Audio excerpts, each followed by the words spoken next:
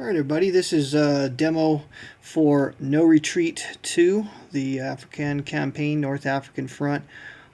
Uses mechanics that are going to be very similar to No Retreat 1, the Russian front. And we did a demo of that 2 weeks ago. So tonight we're going to take a look at No Retreat 2. Now, because there's a lot of mechanics that are going to be very similar between the two games, I'm not going to spend a lot of time on some of those things that we've already covered in the Russian game. Mostly I'm going to try to highlight the differences. And there are plenty of differences in between the two games. Probably the biggest difference already is scale, where the Russian game, your average unit on the German side is going to be an army group and a front on the Soviet end. In this game, the scale is going to be divisional, or with the Italian units, the infantry Italian units, I should say, are corps-sized. Those are probably the biggest, most immediate differences. Another big difference is how the map is treated. If you're synced up on Vassal, what you see on the screen may not be what you expect. You don't see a map per se, but you rather see a playmat, terrain effects chart. You'll see a strategic map control display, shattered units box, and so forth. Turn record track. In the Vassal module, they've added an allied force pool, autoplay, and axis force pool, where you can conveniently put your pieces. There's actually 5 maps that are used, and the maps are quite small. Some of them actually are quite small. They're 8.5 by 11 inches, or a standard sheet of paper size. For maps 1, 2, 4, and 5. Map 3 is equivalent to 3 standard sheets of paper placed side by side. That's the biggest map. Each map represents a different portion of the North African coast, from Tripoli all the way over to Alexandria. And the way the maps are oriented, it may be kind of confusing at first. It's not oriented in a linear fashion, but when you start playing it, you'll find out it works pretty good. Now, I have no idea how GMT is going to lay out the maps. I haven't seen any samples of that. The Victory Point games, what they did is they put map 3 on one side, and I think map 3 and map 2 are together on one sheet. And then the maps 1, 4, and 5 or something like that were on the opposite side of the sheet. I found this to be enormously inconvenient because if you're playing under plexiglass and you have to flip the map over to begin playing on a different segment of the map, it's almost unplayable at that point. So what I did to solve that is I just went to their website and found the artwork for the maps that are on the reverse side of map 3, and I just printed those out on individual cardstock sheets, and voila, I can have all 5 maps under plexiglass simultaneously. So I'm hoping GMT will try to put them all on the same side of the board, because the way the Victory Point games did that, I didn't really care for. Okay, so what we've got here is there's a couple differences on the counter, so let me address those really quickly. I'm just going to drag the 20th Corps of the Italians over to the Axis Force Pool. As you remember from the Russian game, the numbers on the bottom of the counter, on the left you have the combat rating, and on the right you have the, and I'm talking about the big numbers at the bottom, the number on the right is the movement rating. NATO symbols are pretty straightforward. You have infantry. In this game you have mechanized, you also have tank armored units, and then you have heavy armored units. There's a little white number on the Italian 20th Corps, number 3, that indicates that this particular unit enters play on turn 3. The dot, the black dot on the right-hand side, is something that's common to a lot of war games. It basically means that this particular unit, once it's been removed from the map through destruction, or if it's shattered, or if it surrenders, then that particular unit is no longer able to enter play. In the physical copy of the game, you can, well, find another one here. Some of these have only 1 step of strength, and when you flip them over, there's actually a control marker on the opposite side. So they still form a function in the physical copy of the game, but can't seem to find one off the hand. At any rate, that's probably the biggest difference on some of these counters. Is some of these, and especially Italian units, I think there's a couple Commonwealth units that once they're destroyed, they can no longer be rebuilt. So just watch out for that. All right, cards. Let me look at the cards here because the cards do completely different things in this game than they did in the Russian game. In the Russian game, they performed a lot of different functions. You're getting replacements with them. You're getting extra rail movements with them. In this game, they do a couple different things. In the Axis player's hand, I have a number of cards here. I'm just going to drag them out into the Axis force pool so you can see them. And what I've actually set up is the scenario for the campaign or for Operation Compass. Okay, what you have here is very similar to the Russian game where you have an Axis event at the top and you have an Allied event on the bottom.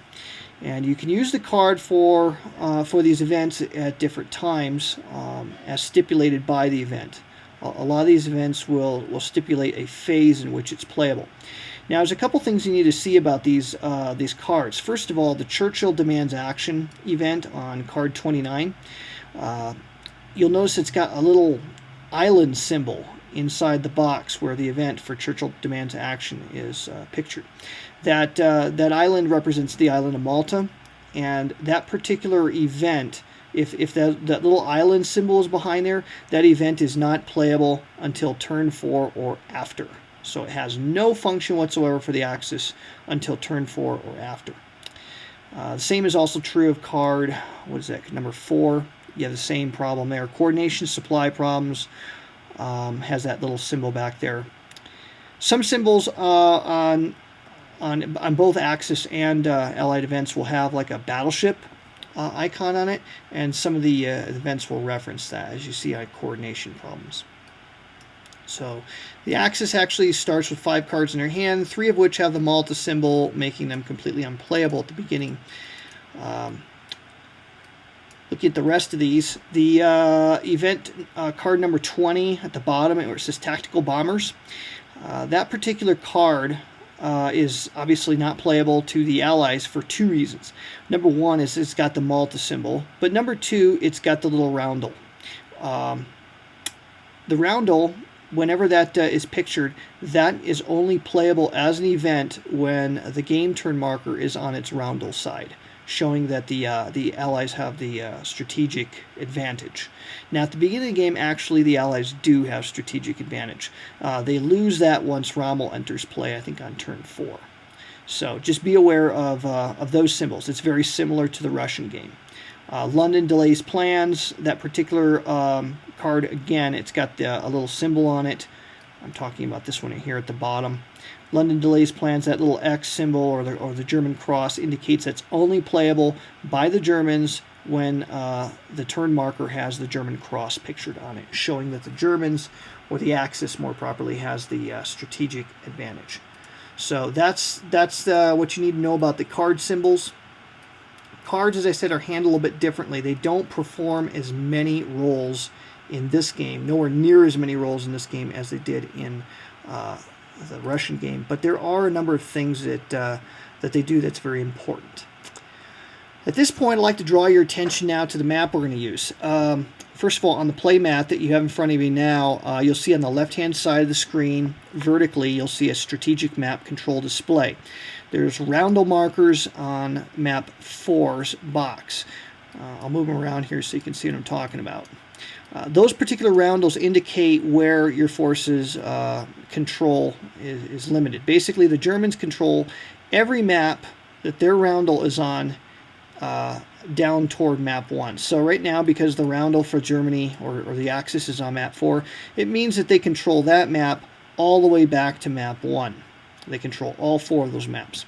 The Allies, they actually control map 5, but at the start of the scenario, they're beginning to contest map 4. If both roundels are in the same box, it means that the map is contested. One side obviously will be in control before a map is contested, but at some point, one of the players will attempt to contest a map. They basically become the attacker on that particular map, and you fight things out on that map until you either run out of supply or you basically decide to stop the pressing your attack, or you drive your enemy off of that particular map, at which point play will then begin to move on an adjacent map. And so you can begin to see pretty wild swings of fortune take place. And we'll actually see some of those here tonight in just a moment. Next thing we need to do is open up map 4. To do that in Vassal, what you'll want to do is click on the button on your toolbar entitled Maps, and then select map number 4.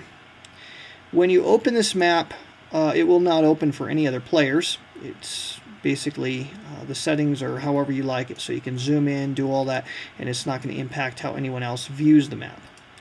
So I'm going to go ahead and zoom this thing in so the people watching the video can see it a little bit better.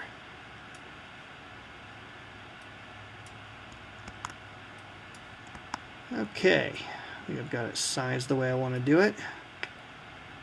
And again, if anyone has any questions, or if anyone spots me making an obvious mistake, be sure to get my attention here.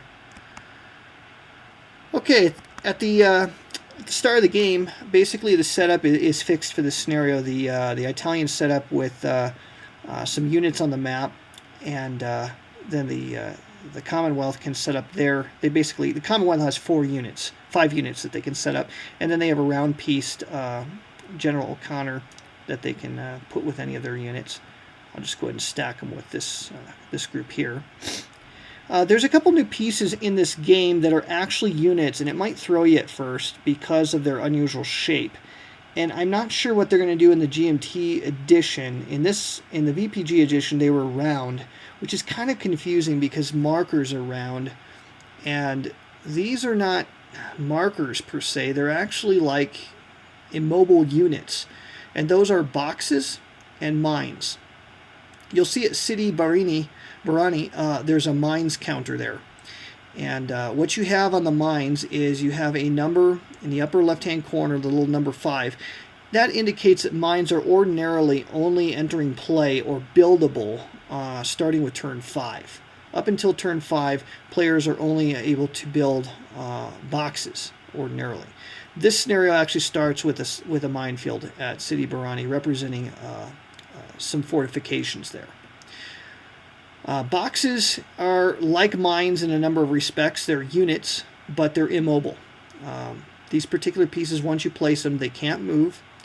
They have a combat rating. They have obviously no movement rating. They have a combat rating. Now remember, if the combat rating is in parentheses, it means that that particular unit has no zone of control. So boxes don't have a ZOC. They don't really inhibit enemy movement, except to prevent them from actually entering the hex that the box occupies. The number is in white, which means that that unit cannot attack. Recall that units with white combat ratings cannot initiate attacks on their own unless they're compelled to by a counter blow or a counter attack result on the combat results table. City Barani's mines, actually the number there is not parenthesized, which means that mines do have a zone of control, and it's somewhat extensive. Now, mines and boxes are units, but they're also kind of like a terrain. So if you look at the terrain effects chart, you'll notice that mines and defense boxes are actually pictured on the terrain effects chart, because they do have some functions in the game. So just be aware of that. One other key concept in the game is supply. We'll talk a little bit more about it later, but just for now, understand that at the start of the scenario, the Allies actually have 6 supply points here, and the Axis has 3. The colors are kind of close here. It's kind of like a pastel color. The amount of supply that you normally collect on a given turn is pictured on each map, and you'll see that there's 2 fuel cans below the word map 4 out in the Mediterranean here. The number 3 is black. That's the Axis supply. So whenever the Axis roundel on the map control display, Whenever that roundel's on map 4, that's how much supply that the Axis will collect. Whereas when the British roundel is on map 4 on the strategic map control display, that means they're going to collect 5 here from map 4. So basically, whatever map your guys are playing on, the amount of supply you'll collect each turn is going to be pictured up there in those gas cans. Supply is needed to initiate offensives and to keep an offensive rolling. So it'll make more sense in just a moment. Next thing I want to do is I want to look very quickly at the sequence of play. And so to look at that in Vassal, what you want to do is open the charts and just look at the Allied CRT. It's got everything you need to know on the left-hand column. On the very first turn of the scenario, we ignore the new turn housekeeping, so we're not going to even look at that segment. Steps A, B, C, D, we're not going to look at that. We're going to go to operational preparation. Strategic phase is the very first thing that happens, and so starting with whoever has the initiative, and presently the Allies start with the initiative. You begin playing one strategic card. So the Allies will play a strat card, then the Axis plays a strat card, and you keep going back and forth until both players pass in succession. So that's the first thing we're going to do here. In the Allied player hand, there's really, let's see, they got 7 cards, but none of them are terribly earth-shattering.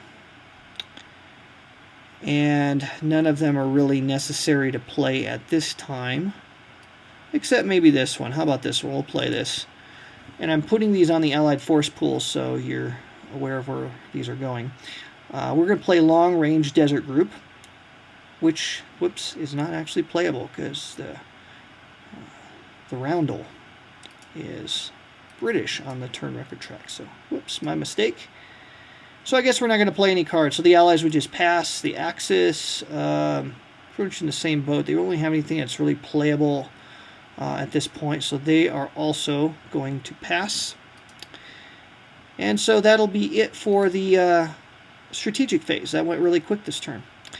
Next thing we do is organizational phase, but on first turn we are told to ignore that, so we're not going to do the organizational phase. Next we go to declare offensive phase, and whoever has the initiative gets the first crack at this. So the Allies have the initiative, and if they want to declare an offensive, they have to play 1 SP or supply point. That's exactly what the Allies want to do, so we're going to open map 4 again. And the Allies are going to flip over one of their supply point markers, so it shows the 1 point. And so they go from 6 to 5 supply points. They will initiate an offensive, and that will then bring us to number 4, deployment phase. We don't really need to do that here either because that has already been done for us. But if we didn't have anybody on the map that we're going to fight on at this point, then the defender of the map would deploy his units, and then the attacker of the map would deploy his units, and that's how you shift from one map to another. Once a map has been cleared or an enemy's been driven off of it, basically you're going to ultimately take all of the units off of that particular map until the next deployment phase. Alright, so we don't need to do deployment phase here on turn 1. We're going to jump down to the player turns. Player turns, basically, there's 3 phases: a supply phase, movement phase, and combat phase. And then you have a continuation. Continuation means that whoever is driving the offensive can pay another supply point to do another supply phase, movement phase, combat phase. Now, whenever there's an offensive, the player launching the offensive, he becomes the initiative player. He does his, he checks supply for everybody on the map. He moves all his units. He does all the combat. Then the other side does all of his movements, does all of his combat, and then you do the continuation. You find out if the offensive will continue. And basically, you just keep doing that until you either run out of supply or the map is cleared. So here we go. We're going to go ahead and we've already paid for the offensive here, so we're going to go to the supply phase. Supply is pretty straightforward in this game. Basically, on each map, you'll find that there are shaded hex sides on one end of the map that represent the supply edge for each player. So for map 4, the red hex sides, those are the Allied supply hexes. Basically every hex touching those red hex sides are supply sources. In addition, every road and every track, tracks being the dash lines that stem away from or connect to a hex that has a red hex side, is a supply source for the Allies. So as long as you are on one of those roads, you can trace to your supply. Now I'm going to read it from the rule book just to make sure I get this correct for you. Basically, a unit isn't supply if it can trace a valid supply path of no more than 3 hexes in length, that is, 2 intervening hexes, from the unit tracing supply to a friendly supply source. Supply sources are friendly colored map edge hex, or a road or a track that leads off the map at a friendly colored map edge and is not blocked by their enemy zones of control or their units. A friendly unit, an adjacent friendly unit can trace a valid supply line, and so a chain of units can actually form a supply line. Friendly ports, like Mersa Matruh here, is a friendly port to the Allies that can also trace, can supply units, but only in a limited capacity. Mersa Matruh has a little gas can next to it with a +1 symbol, which means it can supply 1 unit. Tank or mechanized units that are multi-step, they have to they need at least 2 points worth of gas can there next to a port to be supplied. So Mersa Matruh couldn't really support any of the mech units, any multi-step tank or mech units. Anti-tank units count as 0 for tracing supply. So that's the supply rules at the beginning of the game. Everybody's in supply. Supply is really quite simple in this game. In a lot of ways, it's more simple, I think, than in the Russian game. So if you are found to be out of supply, it's not quite as dramatic in the Russian game. You would simply be marked with a low supply counter. And what that does, I just put one on the map here so you can see. I put it with the 7th Armored. And basically, if you're in low supply, there's no detrimental effect other than to show you that if this situation persists again and you don't have a supply, the next time you do a check, it'll go to out of supply, which means you lose your zone of control. If you're a mech unit, you don't get your mech bonus, and if you're attacked, there's dire things that happen. There's some favorable combat shifts to an attacker who attacks a unit that is marked out of supply. So just be aware of that. Now, out of supply units, they don't surrender like they do in the surrender phase or the removal phase in the Russian game. Rather, if you are destroyed while you have one of these markers, then you go into the surrendered units box, and it's more expensive to purchase units out of that box. Okay, so that's supply, and right now everybody is in supply, so we're going to go straight to move. Zones of control are a little different in this game in that, see, in the Russian game, it costs you extra to leave a ZOC. In this game, it costs you a little extra to enter a ZOC. Furthermore, in the Russian game, you couldn't move from ZOC to ZOC unless you had units in both hexes. In this game, mechanized or armored units can move from ZOC to ZOC, provided that the ZOC is only exerted by a non-mechanized or non-armored unit. So, for example, this Libyan unit that I'm just moving here, okay, that guy there is, if it was just the box, it wouldn't have any zone of control. But it's actually an infantry unit on top of him. He does have a zone of control by virtue of the infantry unit, but this mechanized unit, this tank unit, if he enters, it's going to cost him an extra movement point, and then he could move additionally. He could just keep on moving, but he would have to stop here because now he enters the zone of control of the Mileti mechanized unit, and once you enter a mechanized unit's zone of control, then you do have to stop. So that's how zones of control work. Stacking is slightly different as well. You can put 2 units in a map into a hex, and certain units stack for free. Boxes. You can only have 1 box or 1 minefield in a hex. and you can never have a box and a minefield in hex. It's one or the other, and they stack for free. So boxes don't inhibit stacking. It's important that you don't stack Italians with Germans. You cannot stack them together, except where you have a unit kind of like this. I'll drag this guy on the map here from the turn record track, but the 15th rifle that enters on turn 8, it's bicolored, which means it can stack freely with either Germans or Italians. Same is also true on the Commonwealth front. You'll notice that the 32nd Tank Battalion, which is actually a Matilda-equipped unit, it's an armored unit with very low movement rating. And this particular unit here, it's bicolored because the infantry units on the Commonwealth side are tan, whereas armored units and mechanized units are brown. And basically, mechanized and armored units have to stack together. And infantry units have to stack together, and they can't co-stack. The Matilda-equipped units are a exception to this, and they're bicolored. So the 32nd Tank can freely stack with either an infantry unit or with an armored unit. As far as movement goes, the terrain effects chart's pretty straightforward and works a lot like the Russian games, so I'm not going to go over it in any detail. Moving along the road here, if I wanted to move the 4th Indian unit, I could park him right into here. That would cost him 1/2 movement point for moving along the road, and then 1 more movement point for entering the zone of control of the Libyans. I could also move the whole stack together, but just to show you how that would work there.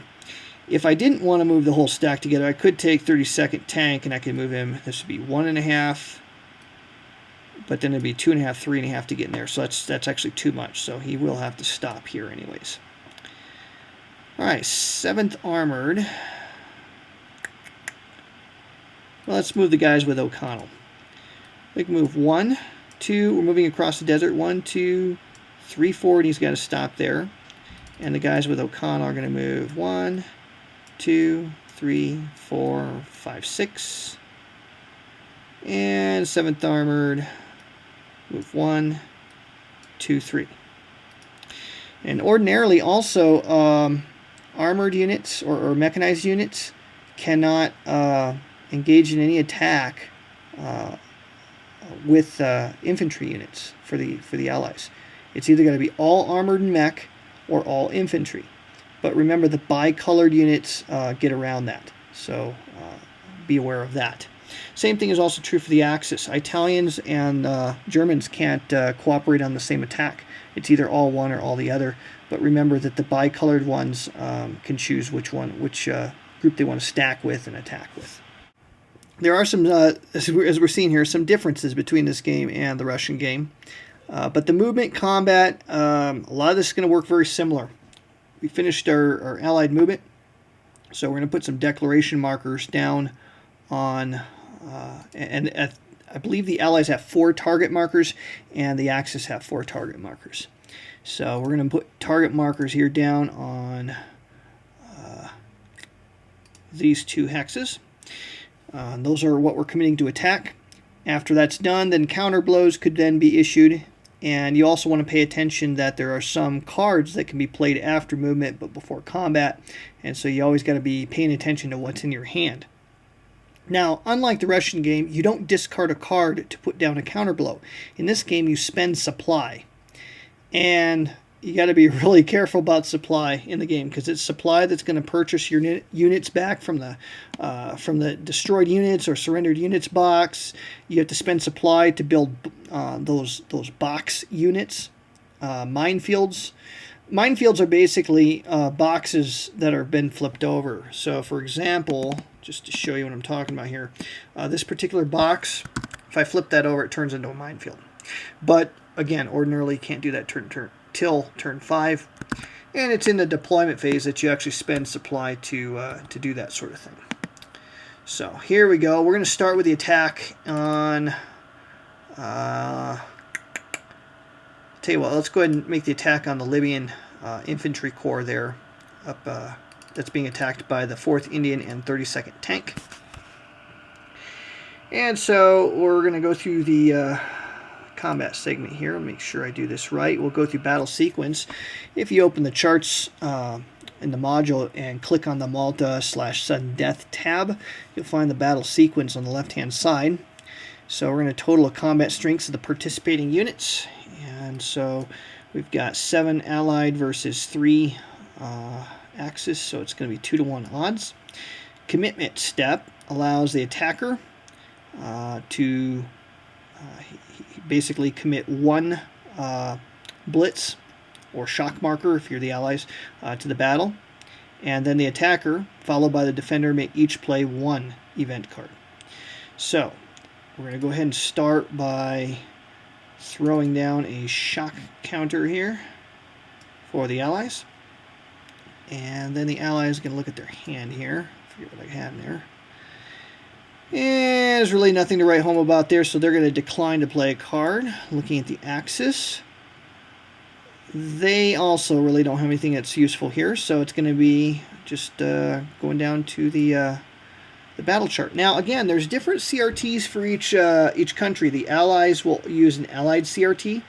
The Germans will use a German CRT, and the Italians will use an Italian CRT. It's the Allies attacking, and each of those CRTs is a little bit different. So we've got the Allies attacking at native 2-to-1 odds. Shock marker will push it up to 3-to-1 odds.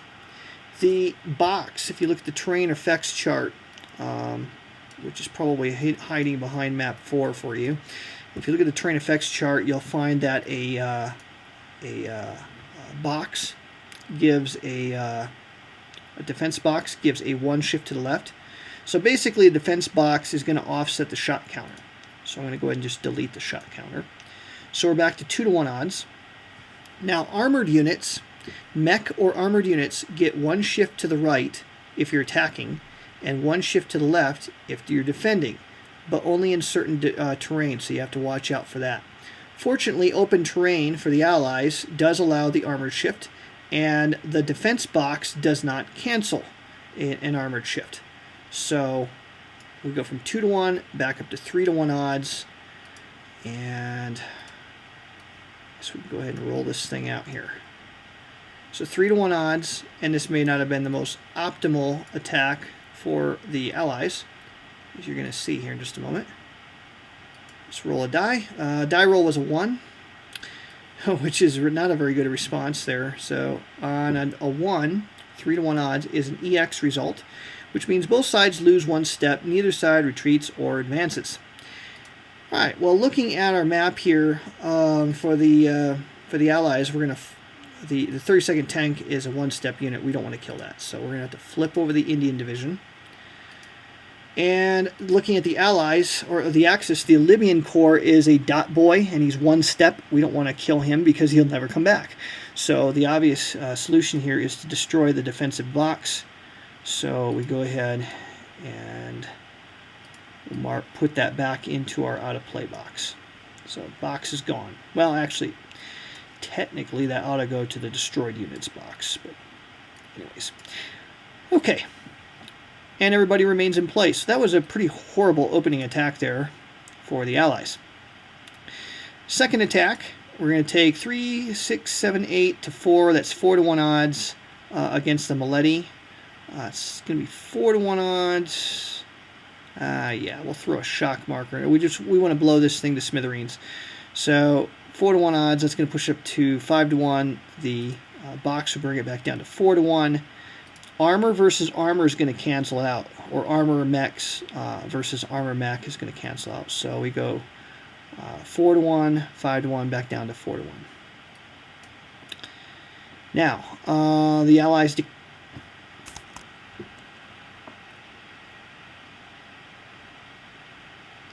Okay, we have.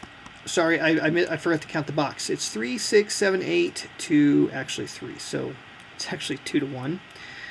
Thank you for catching that. It's 2-to-1 odds, and shock and the box are going to cancel out. Yeah, it's going to be 2-to-1 odds. Trying to make sure I'm not missing a combat shifting here, where the armor on both sides are going to cancel out, the shock and the box are going to cancel out. So yeah, it's actually 2-to-1 odds. All right, my bad. The Allies are, again, not going to play a card, but I think the Italians are going to play a card here. No, they're going to hold off. We'll play a card. Make a sure thing certain here for them. Italians will play a card. They're going to play Sandstorms, which basically, during the battle sequence of an Allied combat phase, in a Allied attack, the combat result is automatically a no effect. So, there we go. Delete that, and discard the card. So overall, very dismal opening to Operation Compass. The Italians have virtually no chance to hold this line, by the way. It's basically just a matter of time before the Allies overrun this. Now it's the Italians' turn to move and to engage in their own combat. So the Libya Corps is actually going to retreat back 1 hex. That's going to cost them 1/2 a movement point. It doesn't cost you to exit a Zok. It only costs you to enter one in this game. So it's 1/2 a movement point. And it may be worthwhile to continue moving on to Sidi Barrani and try to hold that particular location.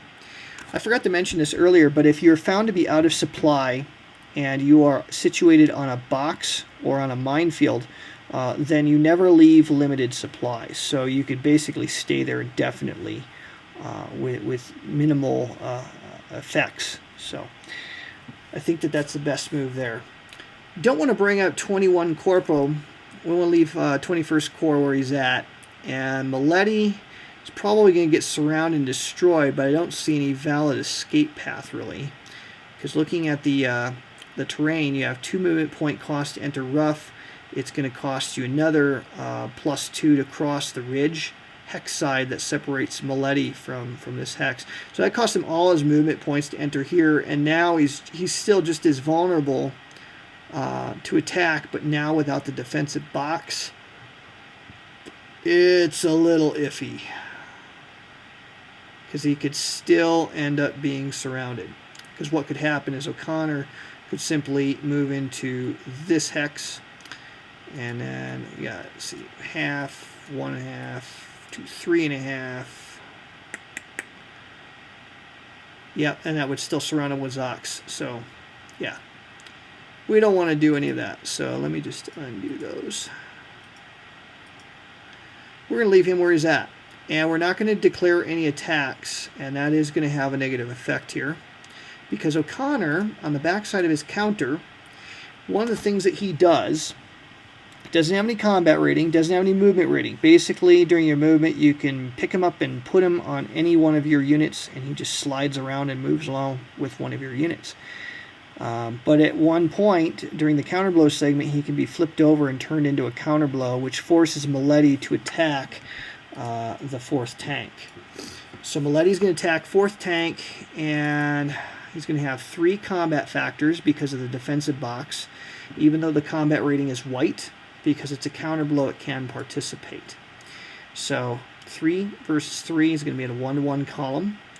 Axis has no cards to play. They have no blitz markers. Allies have no card that they desire to play. So looking at the Italian CRT, basically the Allies are hoping they roll a 1 here and they get a counterblow out of this. So die roll is a 4. On a 1-to-1, which is a counterblow, and that's just about as good. So a counterblow gets placed on the Maletti, and then O'Connor flips over, and that ends that particular battle. But here's the problem now, is now for the next segment, if the Allies continue the offensive, now the defensive effect of the box is going to be ignored. So the ongoing battle is working against the Italians here. So that ends the first turn there. So now the Allies have an opportunity to continue the offensive since they're the initiative player, and they will do that by deleting one of their supply markers, or just flipping one over. And they get a, whoops, I closed the map. They get a whole new supply segment. And right now, Mileti is still in supply. It's tenuous, but he's still in supply. And everybody else is in supply. So, because O'Connor's a 4th tank can trace through Combe and on a 7th armored, and then using the track and the road back to their map edge. So they're good. So we go straight on to movement. And let's see here. This is where it gets kind of tricky. I guess they'll go ahead and roll this up here. 4th tank actually is just going to move down and close off the pocket here, and these guys are just going to gang up on Mileti and his defensive pocket. Just try to wipe that out. So it's just going to be the one attack. No combat marker needs to be placed. Now, if the Italians want to place a counter blow, they could do it, but they'd have to spend a supply, and that would probably not be a good expenditure. It might. If they had more supply points to spend, I might risk putting one on that defensive box. The thing is, if a defensive box gets a retreat result, it's going to get destroyed. So we're just going to leave it alone, and it's going to be 3, 6, 7, 8, 10 against 3, so 3-to-1 odds. The defensive box's terrain is not counted because of the counter blow, so it'll be 4-to-1 because of the armor points. I know where I missed a shift. I knew there was another shift I was forgetting about. And we should have done it last turn, but that's okay. 32nd Tank is an armored unit that has a red NATO symbol in the middle. It's got a dark symbol in the middle. That means it's got heavy tanks, which gives them 1 additional shift. So it's actually going to give them 1 armored shift for the mech, and then yet another one again. Now to make a sure thing certain... Now we'll hold on to the shock marker. All right, so we got 3-to-1 odds, and it's going to go up to 4-to-1 because of the mech, 5-to-1 because of heavy tanks, back down to 4-to-1 because Mileti is a tank. So 4-to-1 odds. Die roll result is a 2. Allied CRT is a DR result. All right, now a DR result, defender retreats 3 hexes, or chooses not to retreat and lose 1 step instead. Attacking units can advance if the defending units retreated or the hex is completely vacated. All right, a little bit different than the Russian game because the retreats are a little bit further. He has no valid retreat path due to Zoc, so it makes no sense to do anything other than to take the loss. And so the defensive box will be destroyed, and it remains in place, and the counterblow marker goes away. It's now the Axis player's turn, and there's no chance for Mileti to break out. They do have to do a supply check, and he's going to go low supply, and he's going to be stuck there, and they're not going to move anything else. O'Connor, that you might be wondering, why not just run off the map? Well, if you leave the map, the dot boys melt away. They never come back. So you might as well stay on the map as long as you possibly can and force the allies to burn up as much supply as possible. Don't just concede the map if they've got a bunch of supply. So I'm going to make him work for it here. O'Connor's going to flip over, which forces an attack at 2 to 3 odds. The CRTs are a little bit different here. 2 to 3 odds. Italians roll a die. Die result is a 4, which is a CR, which means counterattack required. All right, so Connor has to attack back at 3 to 2 odds, and no combat shifts either way. So allies roll on the 3-2 column, and they roll a 1, which is a counterattack CA, which allows the defender may launch a counterattack.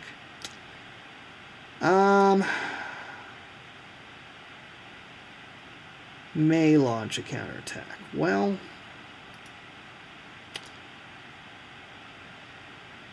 there's a chance that they could roll a 6. Let's do it. Let's just see if we can roll a 6 here. And the Italians roll a 6 on the counterattack. And they drive O'Connor back. 1, 2, well, actually, he could just go through comb. 1, 2, 3, back. And it allows an advance. Now here's how advances work. Again, Zocs are ignored during advances. The cool thing is you can move more than one hex. Just like in the Russian game, you can move into the vacated hex and then one hex beyond it. But only mech and tank units can move one hex beyond it. So infantry units can only advance into the vacated hex. Well, Mileti's a mech unit, so this actually worked out really well for him. So he's able to break out. He's going to go 1, and he's going to go 2. Now, German tank units and eventually Allied tank units can actually advance more than more than 2 hex. They can actually go into a 3rd hex, but that's not available here to Mileti, so that's the furthest he can get him.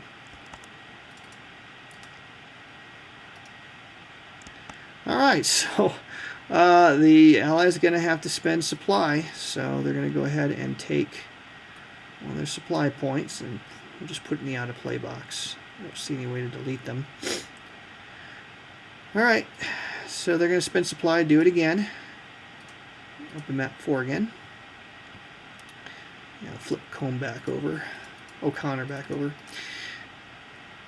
All right, movement again. Everybody's in supply this time, so we can get rid of the low supply marker off of Mileti. But boy, did this ever turn ugly here for the Allies. They wanted to just do a clean sweep here. One, two, three. Tell you what. Let's go ahead and deal with Mileti once and for all. It's going to go 1, 2, 3. 1, 2, 3. And then we'll send Combe 1, 2, 3, 4, 5. And we'll just bring O'Connor up there. We'll leave 4th Indian where he's at. And target Mileti alone. No counter blows again, no cards. It's going to be 3, 4, 5, 6, 7, 8, 9, 10, 5 to 1 odds, up to 6 to 1 because of the heavy tank. The mechs are going to wash out. So 6 to 1 odds, this ought to get the job done. Another 2 on 6 to 1 odds is a Defender Withdraw. DW, a Defender Withdraw is a new result in this game. It means you apply a DR result, and then if not destroyed, place in strategic reserve box, or lose 1 step. And it's completely ignored if the hex happens to be a fortress like Tobruk. Well, in this particular case, since it's a dot boy, it doesn't matter if it's placed in strategic reserves. It's going to be destroyed. It doesn't have a far enough retreat path. It's going to retreat off the map and die, so basically he's just going to be gone. So we're going to go ahead and take Mileti, and we'll put him into the surrendered units box to show that he is gone forever. And we have an advance opportunity, and we will actually do that with O'Connor and the 7th Armored. We'll leave 32nd Tank where he's at. Okay, we'll leave O'Connor there. We could have advanced him further, but that's far enough. Okay, so O'Connor stays right there. Can't cross escarpment hex sides, so he couldn't, slide additionally into there because that's an impassable hex site. All right, so back over the Italian turn. They're not going to do anything. Stay put. Everybody's in supply. So O'Connor will flip over into a counter blow, and 21st Corps will have to attack at 1 to 2 odds, 3 to 6. Again, remembering that the box can participate. And at those odds, he rolls a 3, and according to the CRT, that is a counterattack optional. So the counterattack will occur, and defensive terrain is ignored in counterattack, so the defensive box is not going to apply. So it's going to be a 6 to 3 or 2 to 1 odds. It's going to move up to 3 to 1 odds because of the armor against mech, and the box is ignored. So 3 to 1 odds. Another 2 for the Allies as an exchange plus counterattack required. So Italians will remove the defensive box for their loss. Wow, this is ugly. And the 4th tank will die to satisfy the exchange. Counterattack is required on the 2 to 3 attack column for the Italians. A 1 is rolled, which allows a counterattack. And the Allies would be on the 3 to 2, moved over to 2 to 1.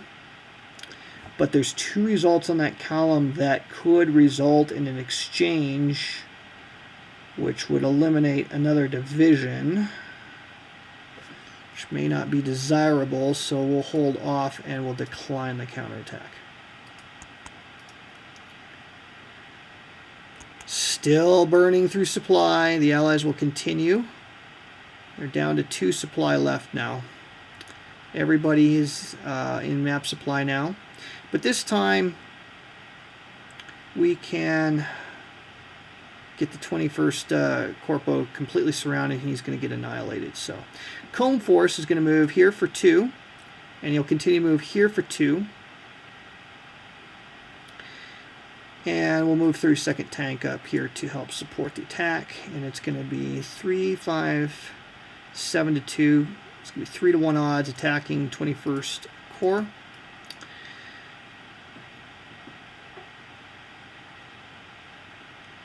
So 3 to 1, it becomes a 4 to 1 because of mech, 5 to 1 because of the heavy tanks, and we'll leave it at that.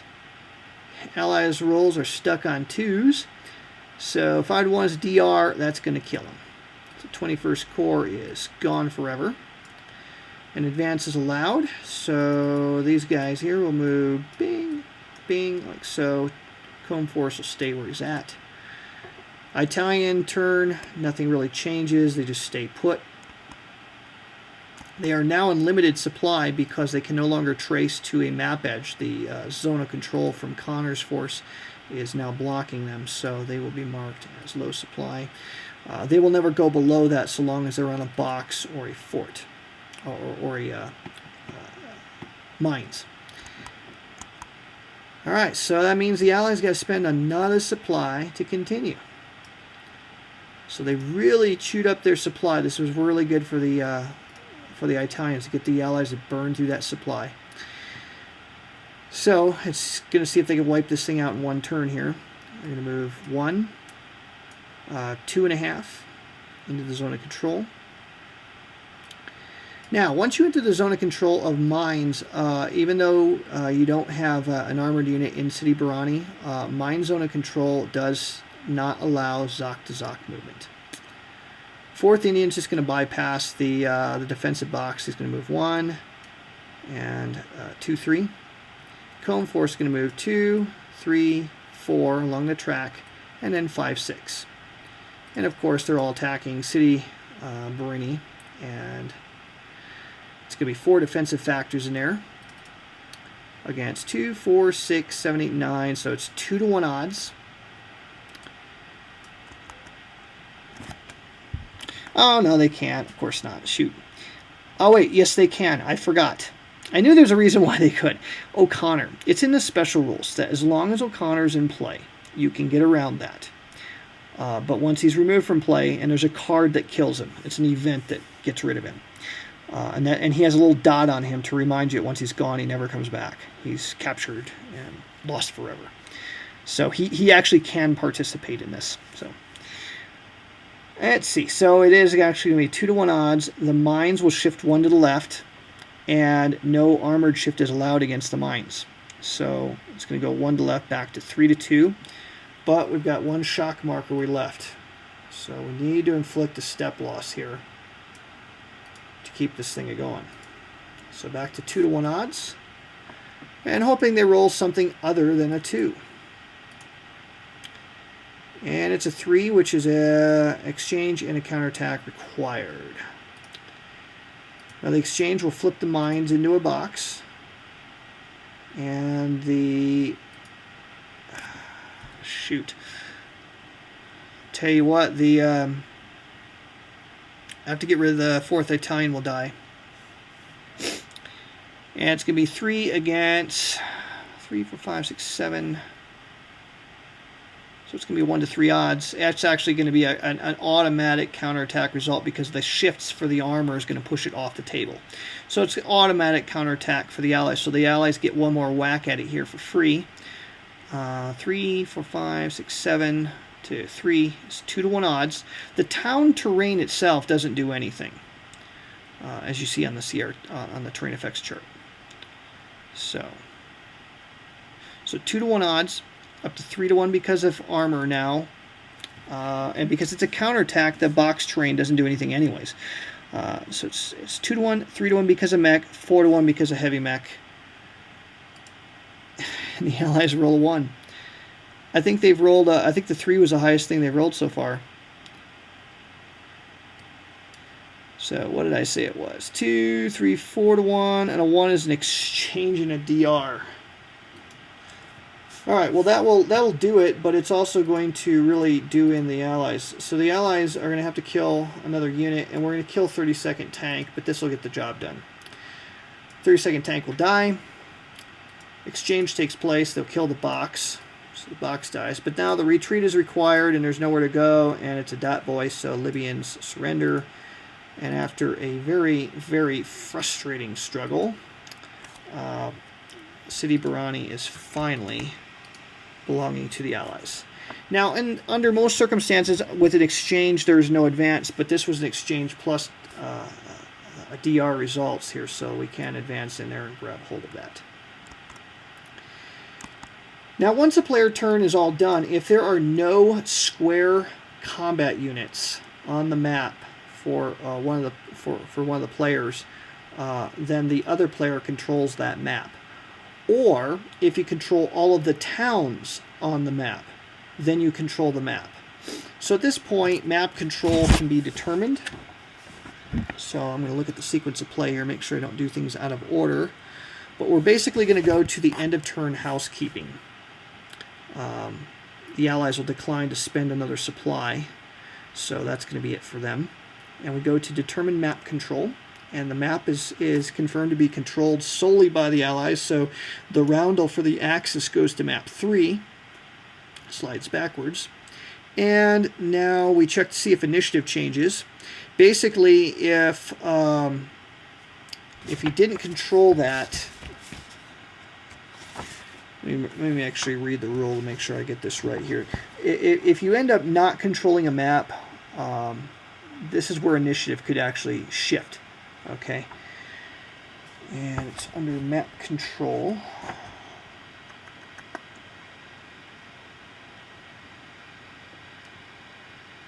All right, initiative check segment. If a player lost or yielded voluntarily control of a map, he becomes the non-initiative player, and basically you would flip the game turn marker over to show that.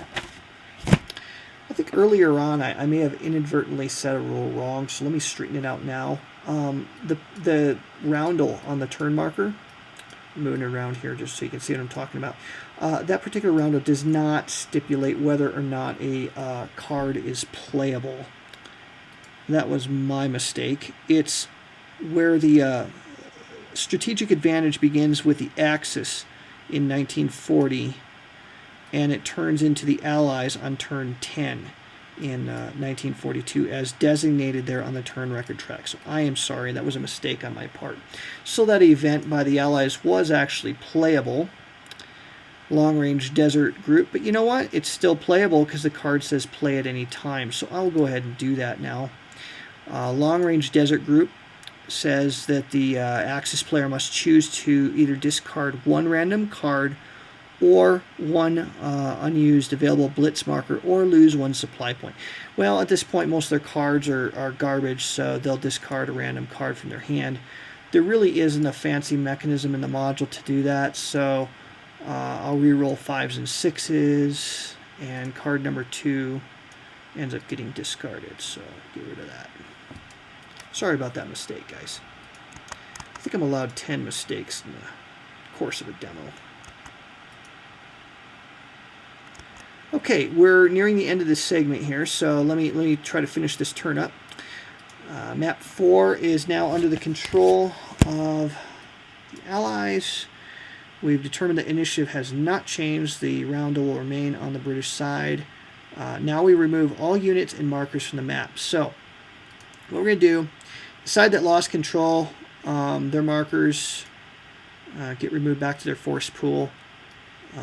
You'll notice that each side has one defensive box marker that says free on it, and basically they can use that any time, every turn. So that's going to go back into the force pool for the Axis, and then all of the Allied units are going to go in the Allied force pool along with their supply marker that they didn't spend, and their free defensive box will go in there with them. And the Axis will will hold on to their 3 supply points. So map 4 is done. It's under control. That ends the turn. So we start a new turn, and on the start of the turn is when you actually advance the turn marker. So we go to turn 2. Next thing we do is we adjust cards and supply points. So we'll start with the initiative player, the allies. You can discard up to as many cards as you want from your hand before you draw your hand up. Most of the cards in their hand were garbage, so we're going to discard most of them. And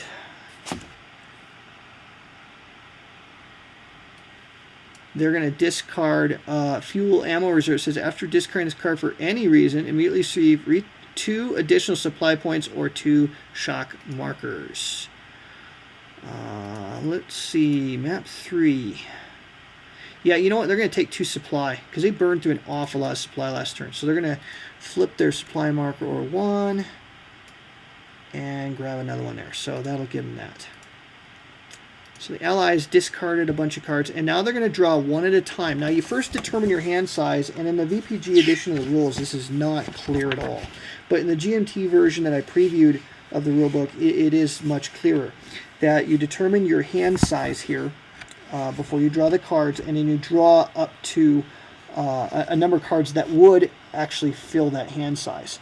So the basic player hand size is 6, plus 1 if it is a fair weather turn.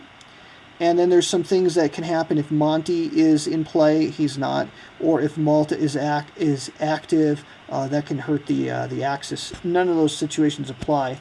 The turn record track, if the top bar is a yellow color, it's fair weather, and if it's brown, then it's bad weather. So since it's fair weather, they'll have a hand size of 7, and right now I have 1, 2, 3, 4, 5, 6 empty slots. We've held one hand for the Allies, so we will draw. We have a maximum draw here of 6 cards. That's important because some events will be triggered immediately upon drawing and will not be allowed a redraw. 4, 5, and 6, and it's a bunch of garbage, really. Of those, 1, 2, 3, 4, 5 of the 6 are not playable. Only one of those 6 is playable. But that one I drew was actually pretty good. It's this one here. Flip it over for you, which would give combat strength advantage in a battle. British Royal Artillery. Okay, so that's the Axis side, or the Allied side, for the cards. Let me do the Axis cards real quick. They're going to dump 2. Sorry, go ahead.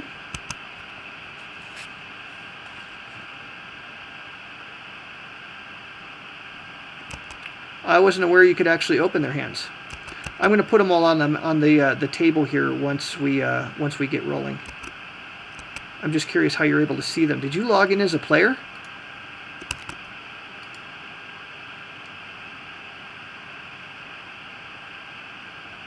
Oh, okay, that's cool. In that case, yeah, that's even easier for display purposes. So let me go ahead and do that. Like I said, it was pretty much garbage. The cards on the right-hand side either have the roundel, which aren't playable until 1942, or they have the Malta symbol, which means they're not playable until turn 4. Alright, so in the Axis player hand, again, they're going to get a 6-card draw. So, again, one at a time. I'll flip them as I... And again, 2 Maltas. And here's a good one, but unfortunately, it's not one that's terribly helpful because my tank units aren't with me anymore. Panzer Tactics, that one's only for Germans. And last one is another Malta.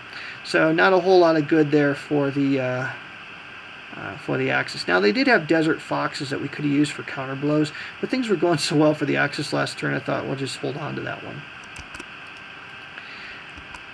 Okay, so next thing we need to do is look at our map here. The roundel for the Axis is on map 3, and for map 4, it's on for the Allies, it's on map 4. And if we look at map 4, the Allies are going to get 5 supply points. According to the barrel there, they're going to get 5, plus 1 for Mersa Matru. So they're going to get a total of 6 supply points.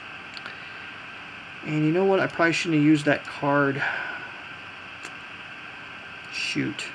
I think I misplayed that with that fuel ammo reserves. I should have grabbed 2 shock markers instead, but oh well. Oh well, I misplayed that. So basically the Allies are going to be swimming in supply here again.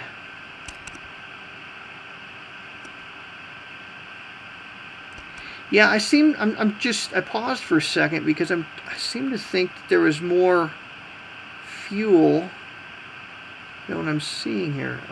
Oh, I think I know what happens. On turn 6, you get like a whole bunch of more fuel markers. That's I think what I'm thinking of.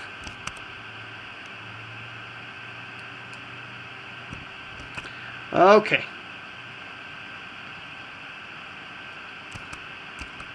Okay, so they've collected their supply points. Now for the Axis, if you look at map 3, they're going to get a total of 3 for the gas can, and then Tobruk, Bardia, and Derna.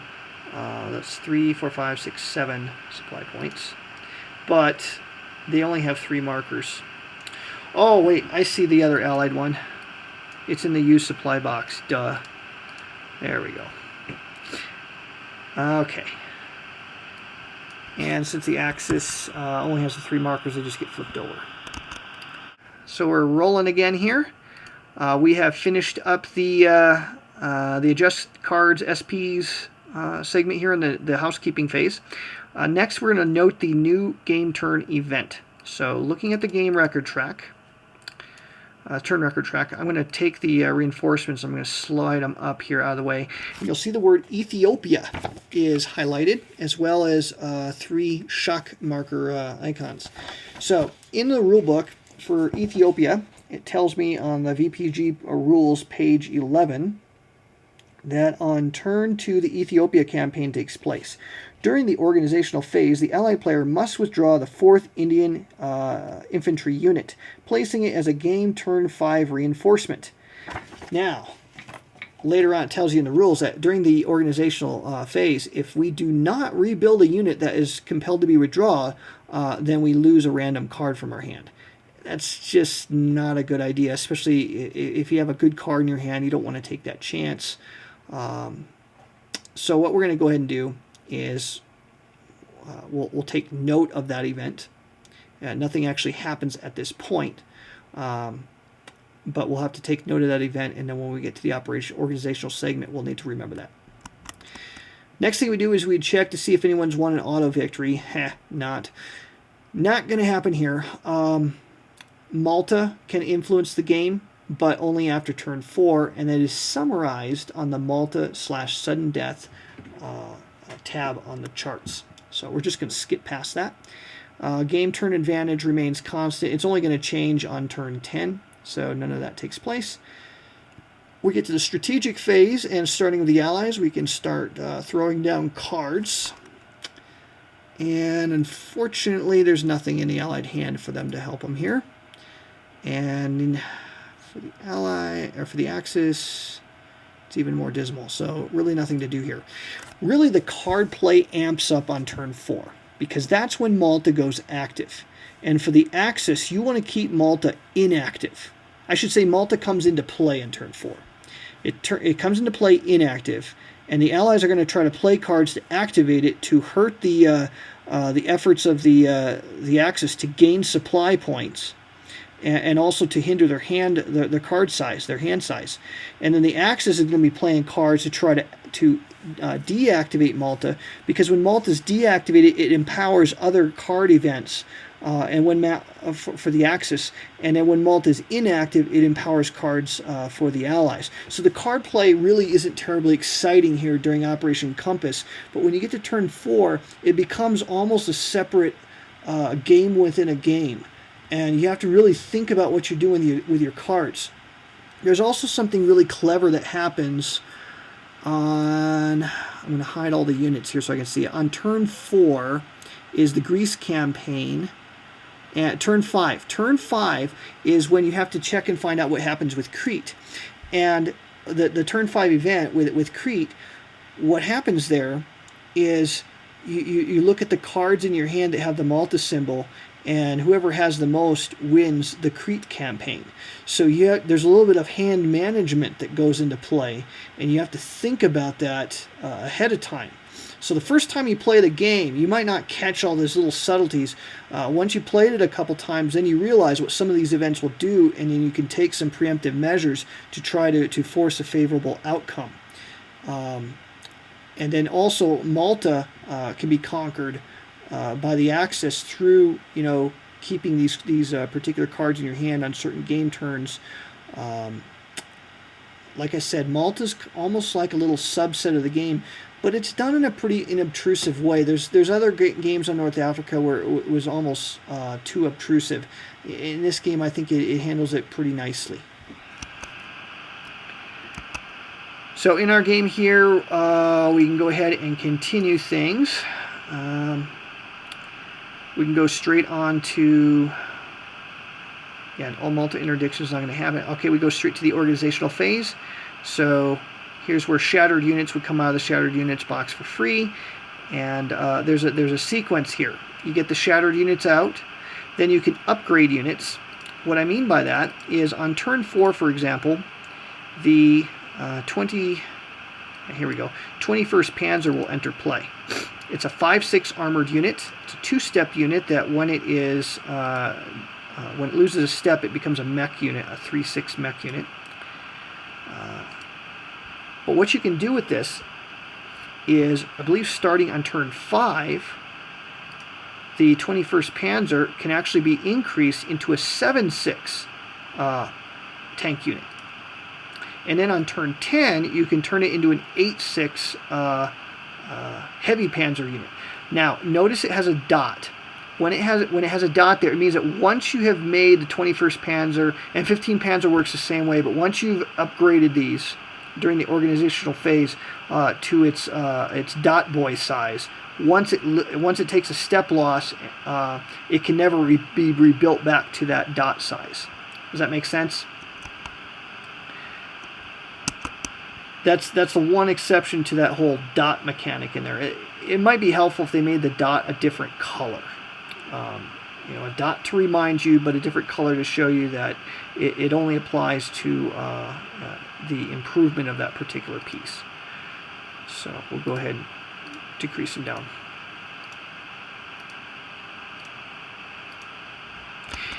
Yes, it does make sense to a degree, but it's the way it's a separate piece is it's on the back side of something, so you can actually rebuild it to one side but not the other side. So in practice it still is a little bit confusing.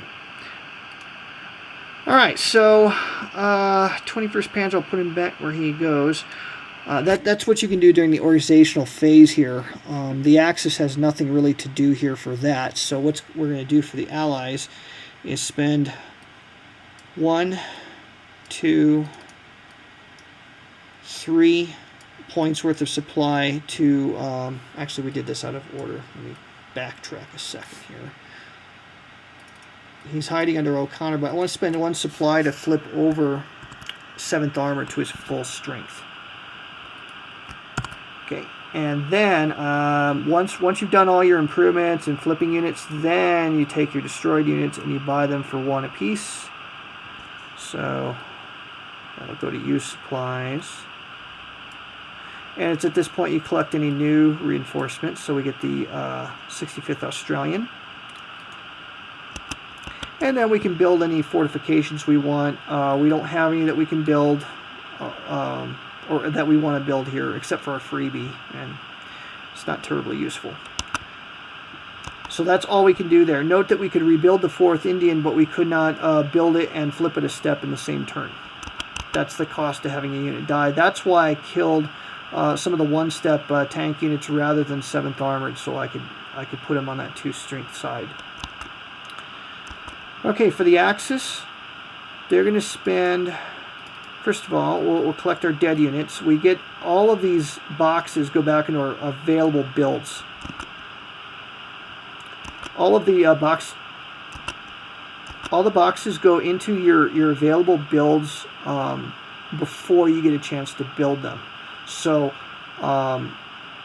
you know, watch out for that, because it could be misleading. You don't want to get mistaken into thinking that you, if they get destroyed, you can't build them on the next turn. That's actually false.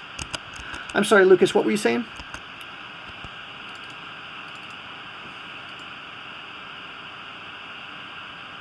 Oh, yes, you're right. So we really tore through supply there. Yes, heavy units take 2. And let's see. Italians are just going to get their 3 guys. Spend wisely. And I'll tell you what, we will build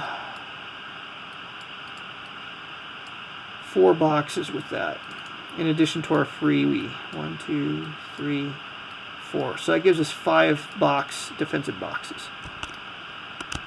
Okay, so our builds are done. And with builds done, we declare offensive player. It's obviously the Allies are going to have to do it, so they're going to spend 1 supply. They're not going to get a lot of whacks at this. And we're going to open map 3 and go to deployment. I'm going to read the rule here just to make sure I get this correct for you, because it's very specific and very important that you get this right for deployment. During deployment, we determine the battle map as map 3. And so we will go ahead and use that particular map. We're just going to position this so we can see it a little bit better on the video. Okay, we're going to use map 3, and then we deploy the non-initiative player's square units first. So the non-initiative player puts all of his square units and leader markers, if they happen to have them, are positioned on the battle map, and then all initiative player units get placed, and then all non-initiative player entrenchments. And then we go ahead and commence the offensive. Now, deployment of forces. Units, basically, you have something called a strategic reserve that you can put units in, which means that they don't have to go into a hex on the map. You can summon them from the strategic reserves box on a given map into a hex on the map by spending a supply point later on during the course of the battle. So it allows you to keep something in reserve, see how things begin to unfold, and then you can spend a supply point to deploy it somewhere when it becomes needed. That is not something that's available to players until turn 3, so we're not going to worry about that for now. Alright, so what we can do here is units not in the strategic reserve are placed on the battle map on or adjacent to a road or a track leading to a friendly, that is supplied, town or city, or within 3 hexes of a friendly supplied colored map edge. It has to be within stacking limits. You cannot deploy adjacent to an enemy town, city, or enemy unit. You cannot deploy adjacent to an enemy. You have to be at least 2 hexes away from an enemy map edge. So you can't stack all your guys right on the allied map edge. You have to be at least 2 hexes away. So for the Axis here, and this is where the game gets very chess-like, is, let's see, one of these Italians is a 2-stepper. Okay. We're going to put the 1-stepper at Hellfire Pass.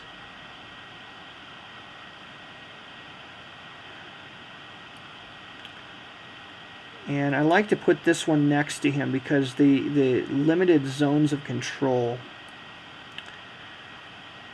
And then I'll put, now I'd love to put this guy, further forward, the tank unit further forward, but it's so risky to do because it's likely you get surrounded and destroyed that way.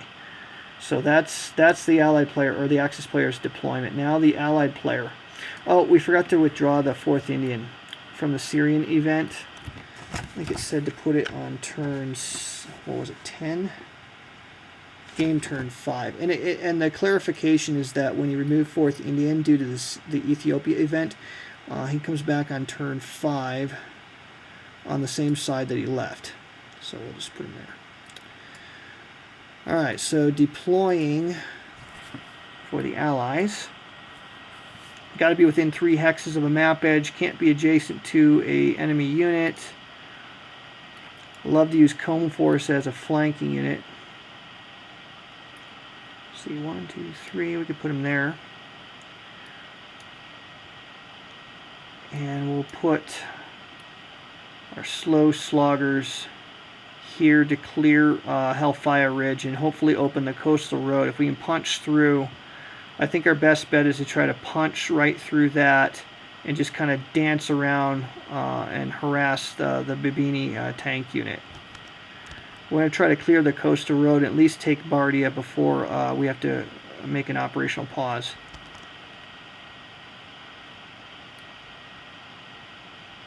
This is the most unfortunate. This is if you're playing the Operation Compass scenario, the Allies are probably going to lose this because of how I misplayed that card. I should have kept hold of that card and then now used it to get 2 more supply points, but alas, I misplayed it.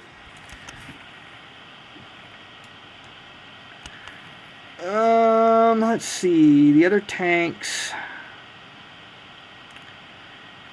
You'll probably put a box. I'd probably put a box there in Hellfire, so I'd want to use 7th Armored there. We'll keep 4th tank with Comb Force just to keep, see if we can't destroy Babini in one whack.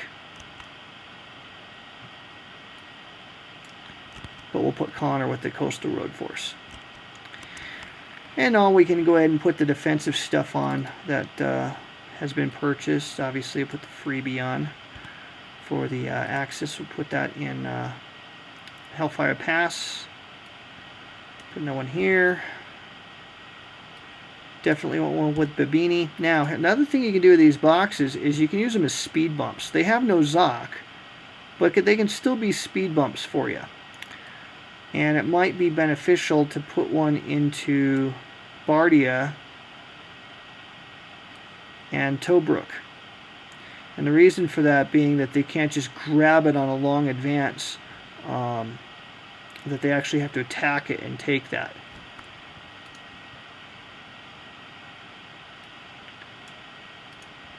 Okay, and having spent the supply already, we're ready to move. Everybody's in supply on turn 1, so the Allies can go ahead and move. And it's pretty straightforward. Just going to march up here to the front lines. Comb Force is going to go 1, 2, 3, 4, 5, and also take control of that.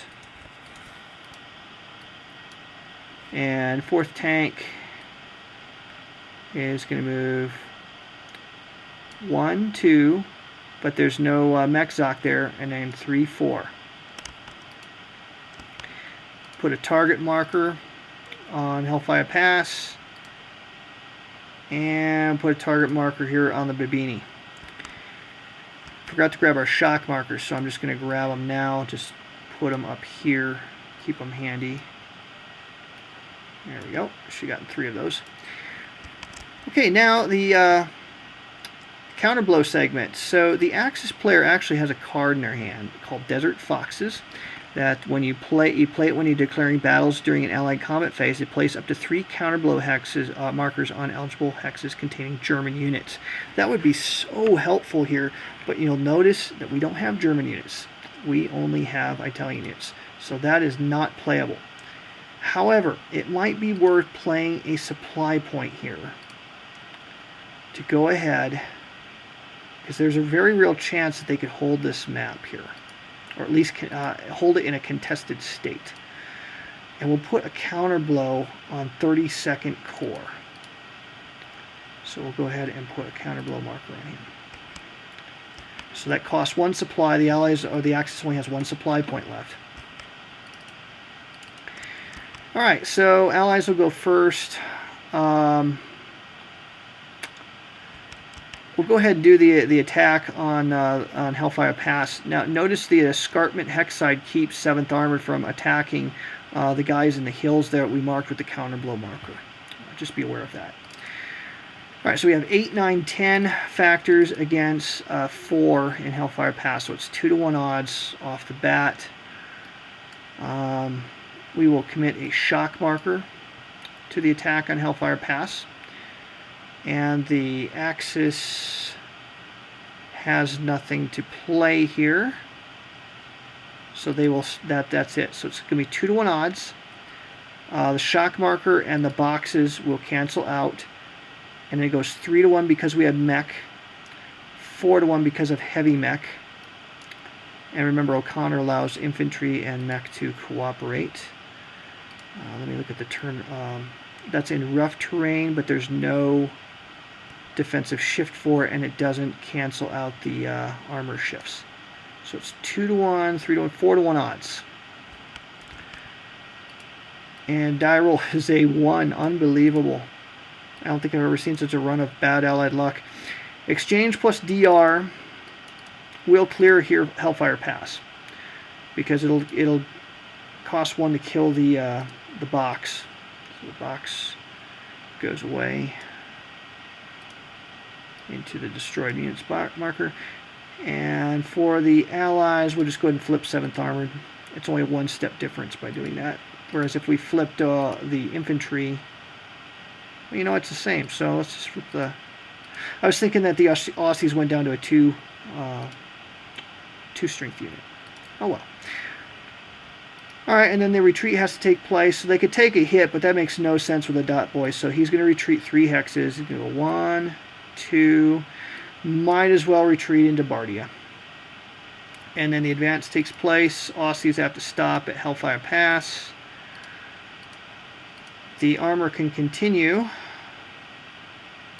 which I think we will do since they have such crummy movement ratings. I'll go ahead and flip that over. So we've taken the little village there of Hellfire. Same thing with the armor. And there's nothing that stops the advance. Nope, the terrain doesn't stop the advance, so they can continue on. Now, the counter blow. This is where it gets a little iffy, because I'm in an attack situation with 4th tank that he's out of supply. I'm going to go ahead and attack where we have the counter blow. I'm going to use a shock marker. So I'm going to deploy that, and then the Allies are going to deploy a card from their hand. They're going to go ahead and deploy Royal British Artillery, the Royal Artillery there, which is going to add 6 to the attack strength. So that was very fortunate for the Allies they had that card, otherwise they're attacking at a bit of a disadvantage here, and might end up losing 4th tank. So 4th tank is going to attack the, what was that, 32nd or 23rd Corps, and it's 3-4. But when you add in the 6 combat factors, it becomes 9-4, or 2-to-1 odds. Terrain is ignored. 2-to-1 odds becomes 3-to-1 with the shock marker. The hill terrain does not cancel out the armor. So it's 2-to-1, 3-to-1 with shock, 4-to-1 with the armor, and the terrain is ignored. So 4-to-1. This is kind of backfired on the Italians. Another 1. Unbelievable. 1 and a 4-to-1 is an exchange plus DR. Well, this is interesting. And I'm not sure I have the solution to this. I'll show you why it's interesting here. First of all, they'll destroy the boxes. That is a... Oh, it's a 2-step unit, so this will be simple. For the 2nd step loss, the Italian, instead of retreating, because they're blocked in by zones of control. It's a mutual retreat. I think that the phasing player actually has to retreat first. Yeah, the phasing player has to retreat first. So actually, I will take the retreat, but because the fourth tank doesn't have a place to go for the retreat, he dies. Another change of fortune, and then the 32nd or 23rd Corps then can execute its retreat. It is not inhibited by the zone of control in Hellfire's village because of the escarpment. So he can just go 1, 2, and 3, and put some space between him and it kind of block the exit there from the pass. Final attack. Oh, he didn't. I don't know. I'm on drugs.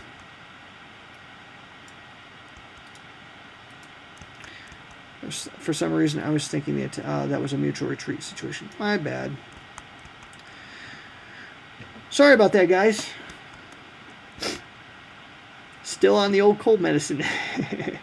All right, fourth tank stays where he's at. 23rd will actually take the step loss and remain in place. It's still nowhere near as good as that should have gone. That was really the worst possible result of that attack after playing that card. So it was... wait, he still dies because of the exchange, right? Yeah, he still dies because of the exchange. Never mind. Fourth tank dies in the exchange. And then that does open up a retreat path, so yeah. We're back there, but for a different reason. No, that is a one-step unit. Fourth tank does not have an understrength side. It's a one-step unit. Yes, 7th is the only 2-strength mech unit on board. Comb Force is the same way, plus it's a dot boy. So for this next attack, rather than chance rolling crappy again, what the Allies are going to do is they're going to throw down this card. Wait, it can't. It has to be during an Axis combat phase. Okay, they can't throw down. So we'll use a shock marker here. It's going to be a 2 to 3 odds. The shock marker will bring it up to 1 to 1. And the two mechs will cancel out, but then the box will bring it back down to 2 to 3. So 2 3 odds. Die rolls a 5. Finally, they roll good, but it's an exchange. Unbelievable. The exchange will kill the box, but leave Babini untouched and free to maneuver, and Cone Force is gone forever, so I'll put him in the surrendered box. Wow, was that ever horrible. I know. Yeah, and we're at a shock marker, so counterattack required, but since nobody's left to counterattack, he just simply remains in place. And now for the Italian turn. Wow, what a strange turn of events here.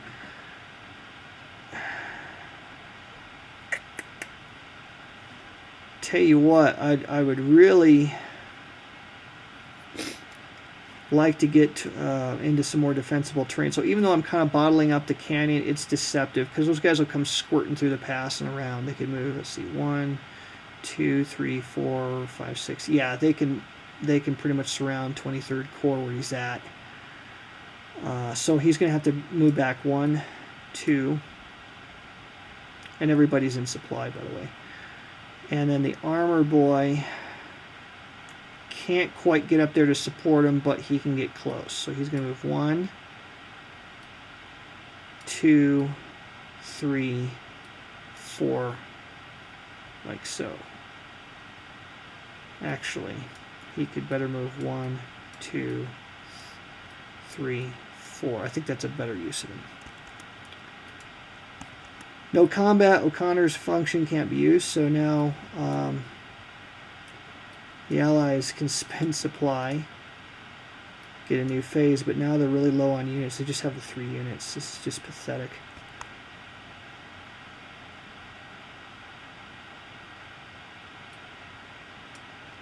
Aussies will move up.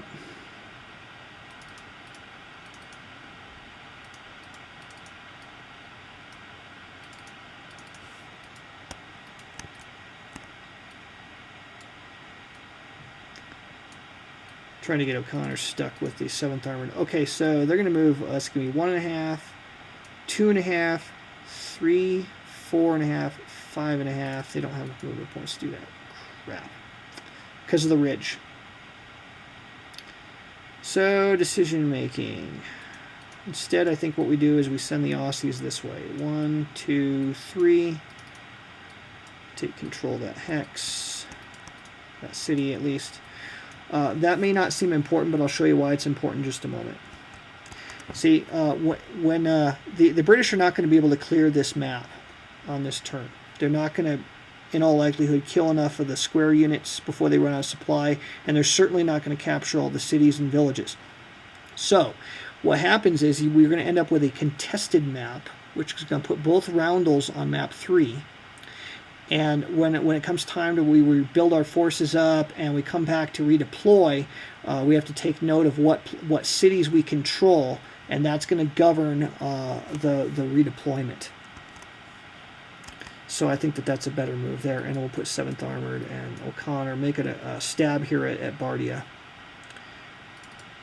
which has a defensive factor 4. It's 6-4, so it's a 3-2 odds,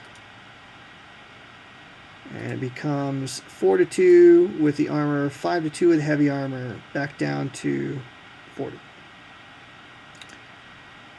So, it's going to be a 2-1 odds with all the shifts factored in. You're going to get the British are going to get 2 to the right because they're mech boys, and then 1 to the left because of the box. So it's 2-1 odds. Something other than an exchange. Nope, it's an exchange. I'll tell you what, that's where the British are going to call it quits. They just can't keep this up. I've never seen so many exchanges ever in this scenario. I mean ever. So that's going to be it, and they will not choose a continuation. The Axis is going to get a turn here.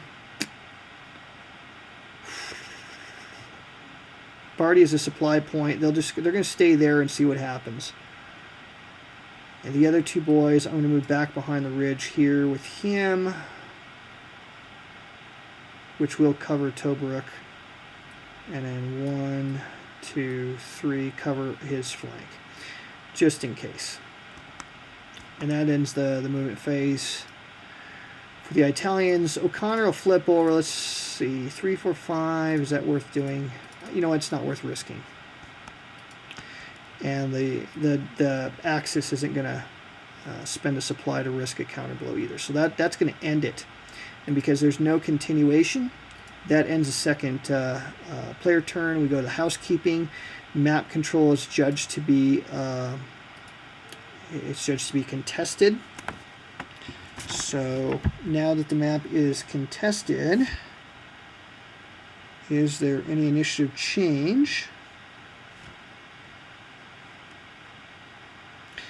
No, control of the map is not yielded, although it is the option of a defender to yield control of a map. Let's say that there is overwhelming military forces. It's just the one side was low on supply, but next turn they were going to get a bucket load of supply. Then it might make sense to temporarily yield control of the map voluntarily. Basically, you would withdraw your control marker, and I think all of your units end up going square units. I think everything else would be... I think the dot boys would actually be okay if we did that. I'm just double checking.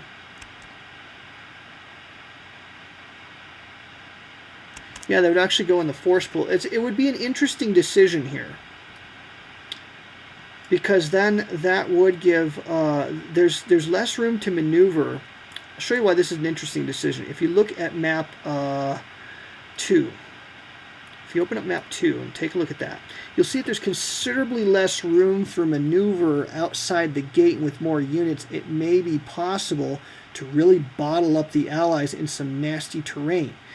Yeah, they could go swinging through the wide open desert and and try to cut the road to Tripoli, but they're not going to have a supply line of their own because they need a road or a track leading to those red edged map hexes. So a very interesting decision here. I still think it's a better decision not to yield control.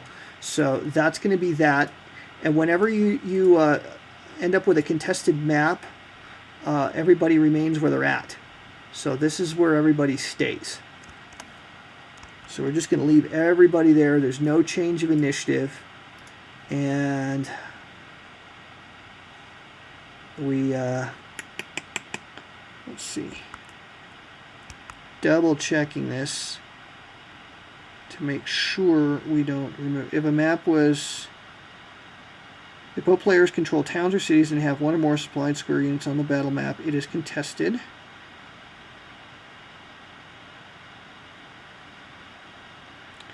My bad, we do actually remove them on a contested, so we do take all our square units off, but we leave the round units. So, my mistake, we leave the round defensive pieces where they're at.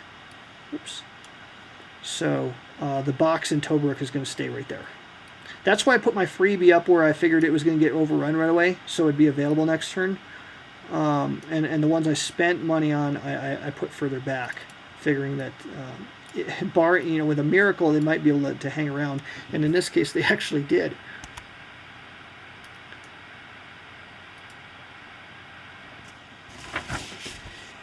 I've never ever seen such a good result for the Italians in Operation Compass. Usually they just get blown away on map 4, and map 3 just, they don't have a chance. They get surrounded, wiped out, and it's just a race.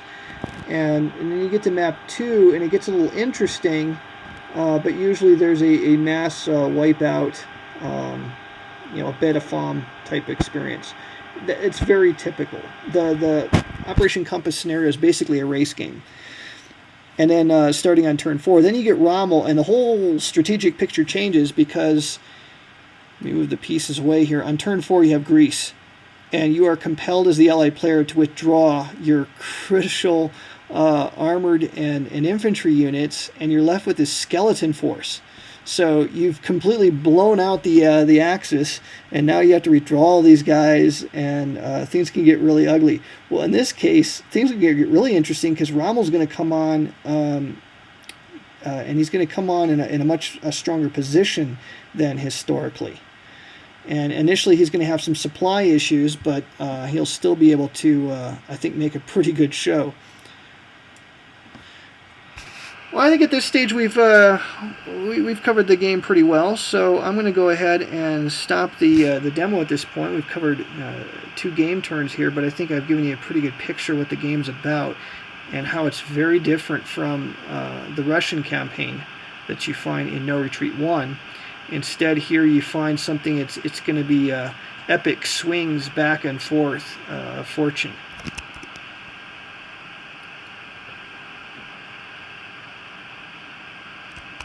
As you can see, supply points are a major big deal in this game. You have to really watch your supply points, govern their use very carefully, husband their use carefully. Malta will impact this, because if Malta is active, then you have to take a 2-strength, if possible, 2-strength marker, or take a marker, a German supply marker, out of the available supplies box and put it into the Malta status box. See, on turn 6, the Axis is going to get use of 3 more markers. But whenever you're collecting your supply points, you always collect the green ones first before you collect the available German ones. So you have to make sure you do that. And as the further the Axis move toward map 5, where ultimate victory for the Germans lies, the further they move that way, the harder it is for them to get supply points to keep an offensive rolling, and to replace their losses, to make good their attrition. And the further that you go toward Alexander, the easier it comes for the Allies just to rebuild things really, really quickly, and to build all kinds of minefields and defensive implements. And eventually, it just becomes hard for the Germans to even hold a front, and so then you see the tide of fortune swinging the other way, But then as you move toward map 1, it becomes easier for the Axis to supply and harder for the Allies. And you get this whole seesaw effect.